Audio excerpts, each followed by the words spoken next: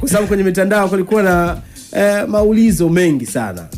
Zile comments zilikuwa kama 900 hivi. Zilikuwa zikiuliza sign out, alafu baadaye kukaonekana kama kuna dalili ya sign in. Lakini leo kwa mara ya kwanza kutoka Oktoba 2025 ndo nasikika tena Aboud FM. Aboud FM kama kawaida Mega Mix kwa majira saa 7 mpaka 10 kamili. Kabisa. Na hata kama utakuwa umefuatilia vizuri ile post yangu nilisema Aboud nyumbani. Kwa hiyo sio sehemu ambayo unaweza kuondoka nisirudi tena. Kilichotokea ilikuwa ni issue tu za kukua. Ilikuwa ni lazima tupande ngazi, si unajua na kwenye kupanda ngazi sio sisi tushakuwa tayari wakubwa. Kwa hiyo tunapanda ngazi hata kiuchumi. Kwa hiyo ilikuwa ni masuala ya kuweka sawa namna ambavyo naweza nikanufaika kiuchumi zaidi tofauti na ilivyokuwa awali. Kwa hiyo shukrani kwa Aboud Media, wameweza kuhakikisha vitu vinakuwa sawa. Nilichokitaka nimekipata, basi leo niko hapa. Negotiation imefanyika.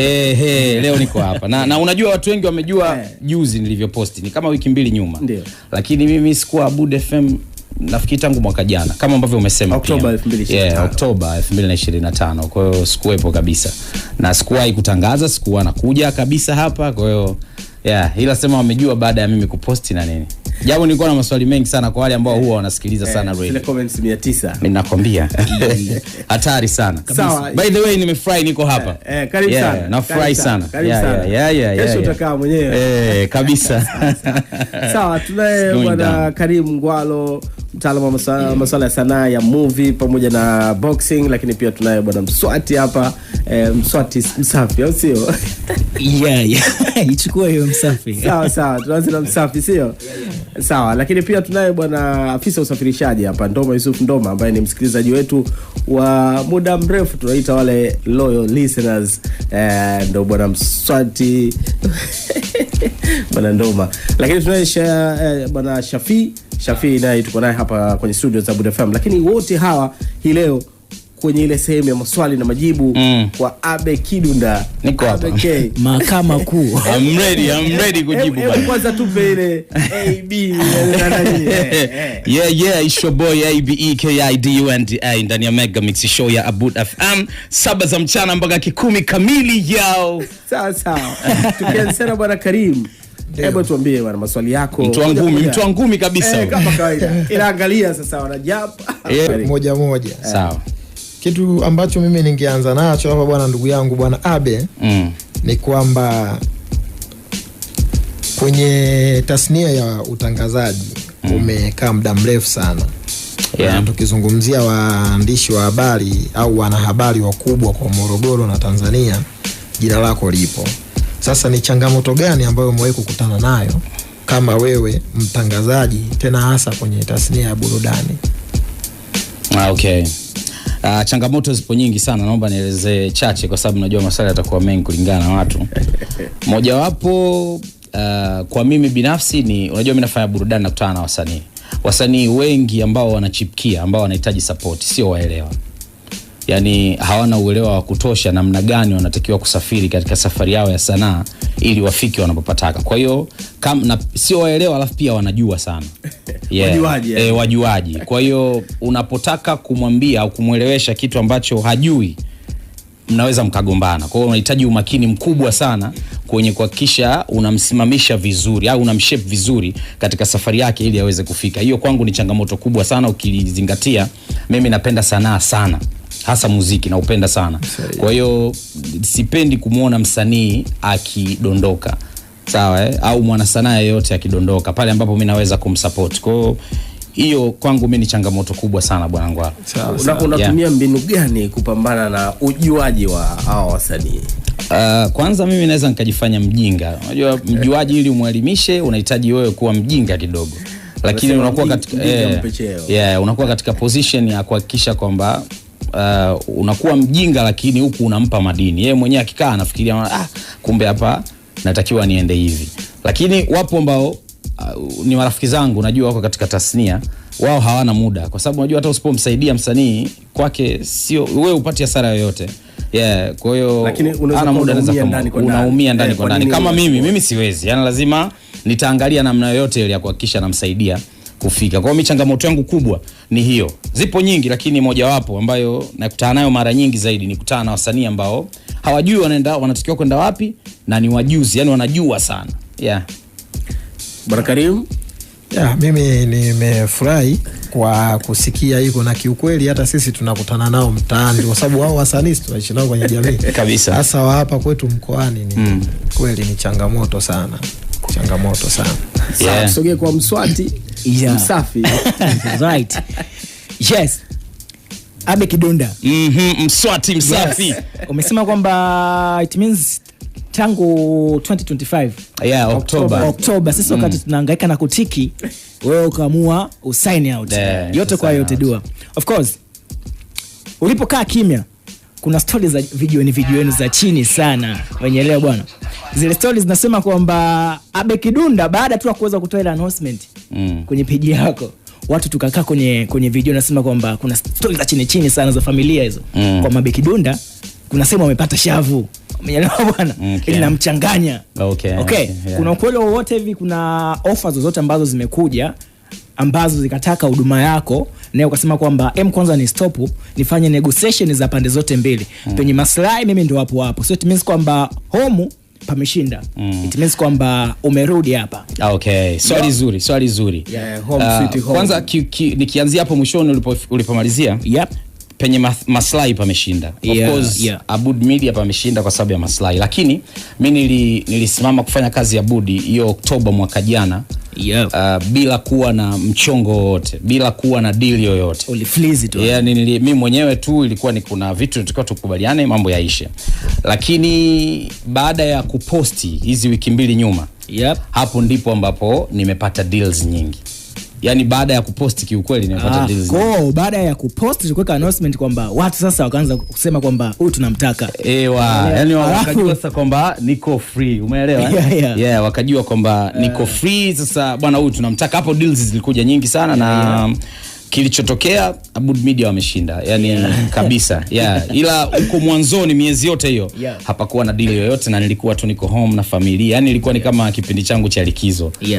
Sikuwa nafanya kazi kabisa. Kazi labda ilikuwa ni kama zangu mwenyewe. Nilikuwa natembea na wasanii, shows, natembea mikoa mbalimbali. Hizo zilikuwa binafsi sasa. Wasanii nilikuwa tunafanya biashara. That nice. Show, Ndoma Yusuf Ndoma, afisa usafirishaji. Una swali kwa Abe Kidunda? Uliza tu. Nafasi yako uliza. Abe Kidunda. Naam. Kwanza sauti yake unayo huna? Tuanzie hapo. Ataanza na lawama sasa. Anzia hapo na lawama, sawa? Nianze na lawama. Sawa. Zote nitajibu. Huyu bwana tatizo lake kwanza message zangu asomi. Abe Kidunda, wewe ni mtu wa siku nyingi katika utangazaji wa Mega Mix.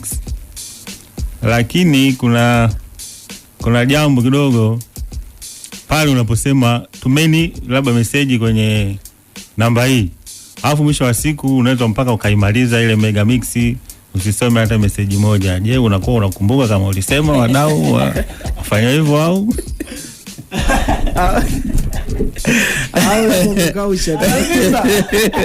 Unavimbia watu. Noma sana. Bana, kwanza katika wasikilizaji ambao vipindi vyote vya hapa Bud FM anatuma sana jumbe na zinasomwa sana ni Ndoma. Bana, shukran sana kwa hilo ambalo nalifanya. Lakini kwenye Mega Mix kweli sijai kunina ila lawama nimekutana nayo, sio kwake, kwa wengi sana wanasema hilo swala. Lakini program manager Mohamed Isa utakuwa una shahidi wa hilo. Mega Mix ni kipindi ambacho kinafuatiliwa sana, kina namba kubwa ya wasikilizaji, message ambazo zinaingia ni nyingi sana. Tunafanyaje kipindi hapa mpaka tunamaliza, messages zinaingia mpaka saa 2 usiku zinaingia messages za Mega Mix. Na unajua kwenye Mega Mix unasoma messages zile za social media. Sana. Kote huko. Kwa hiyo kiukweli Mega Mix panakuwa na message nyingi sana. Ndoma, naomba nisamee, lakini kwenye huu msimu mpya wa Mega Mix ambao umeanza rasmi leo, na kuhakikishia message zote zitakuwa zinaingia kwenye kifaa ambacho tunatumia, kwa sababu sasa hivi tumepanda kidogo. Tulikuwa tunatumia simu kubwa ipo hapo, lakini hii simu nafikiri ilikuwa message zikijaa, kuna kipindi zinajaa, nyingine zinakuja kuingia usiku. Kwa kuna message nyingine ambazo zilikuwa hatuwezi kuziona, lakini kuanzia msimu huu Ndoma hiyo lawama iondoe kabisa. Sawa? Tusamee kwa hayo yaliyopita. Utaanza kutuma message kwenye Abud Media TZ. Lakini Instagram. Pia wewe unatuma Instagram, Facebook, huko vitu vinakuwa rahisi zaidi. Au vipi bana? Kibabe kingine ukiacha hilo la lawama. Mswati? Okay, shukran. Kama umefurahi. Shafia, okay.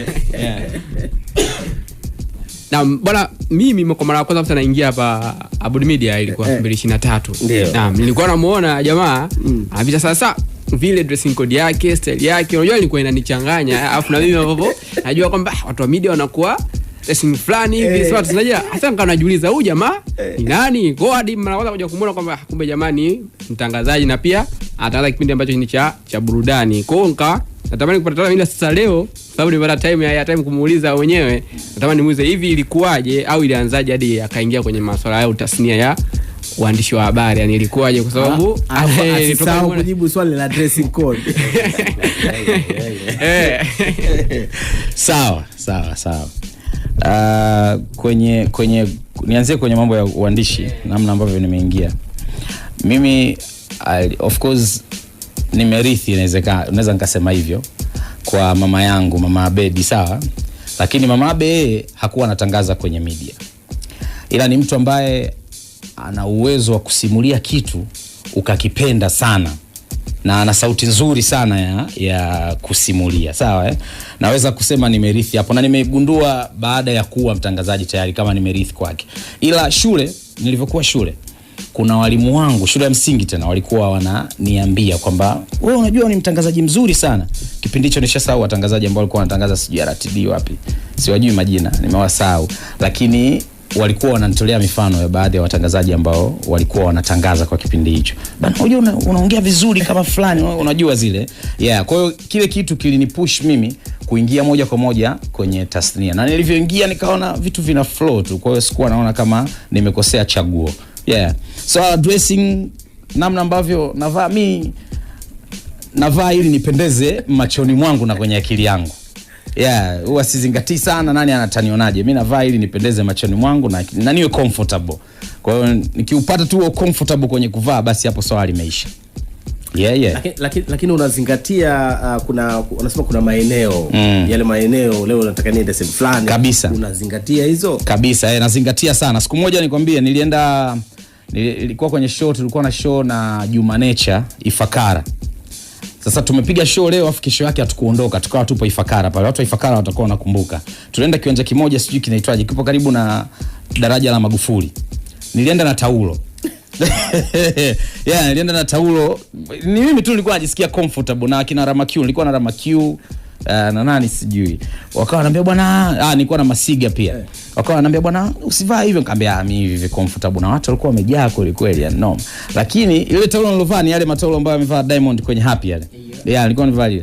Baada ya Diamond kutoa Happy juzi, nimepokea simu nyingi sana za Ifakara. Oya mwanangu, ulikuwa mbele ya muda na nini, unajua zile. Kama ni kufahamu hapo mwanangu, kitu gani ambacho huwa unakitumia kushusha mawazo? Yaani inamaanisha kitu gani ambacho unakitumia kupunguza stress? Okay. Kwangu mimi kitu ambacho kwangu mimi kama kijana, kitu ambacho natumia, kwanza napenda sana muziki. Lakini pia naipenda sana familia yangu. Kwa hiyo kama nikiwa na stress ya namna yoyote, huwa nakuwa na familia tu nyumbani. Nimeshakuona mara kadhaa kwenye kuogelea. Napenda sana muziki, napenda sana familia yangu. Mambo ya swimming, kama nahitaji kufanya mwili uwe nikae kwenye line, napenda sana kuogelea muda mrefu. Ila sana vitu vya kwanza familia. Vitu vya kwanza ni familia. Cha kwanza kabisa ni familia. Yaani nitarudi home na watoto, wife, tunacheza tumefanyaje na nini, hiyo moja. La pili ni muziki. Cha tatu kuogelea. Hivyo ni vitu ambavyo navipenda sana.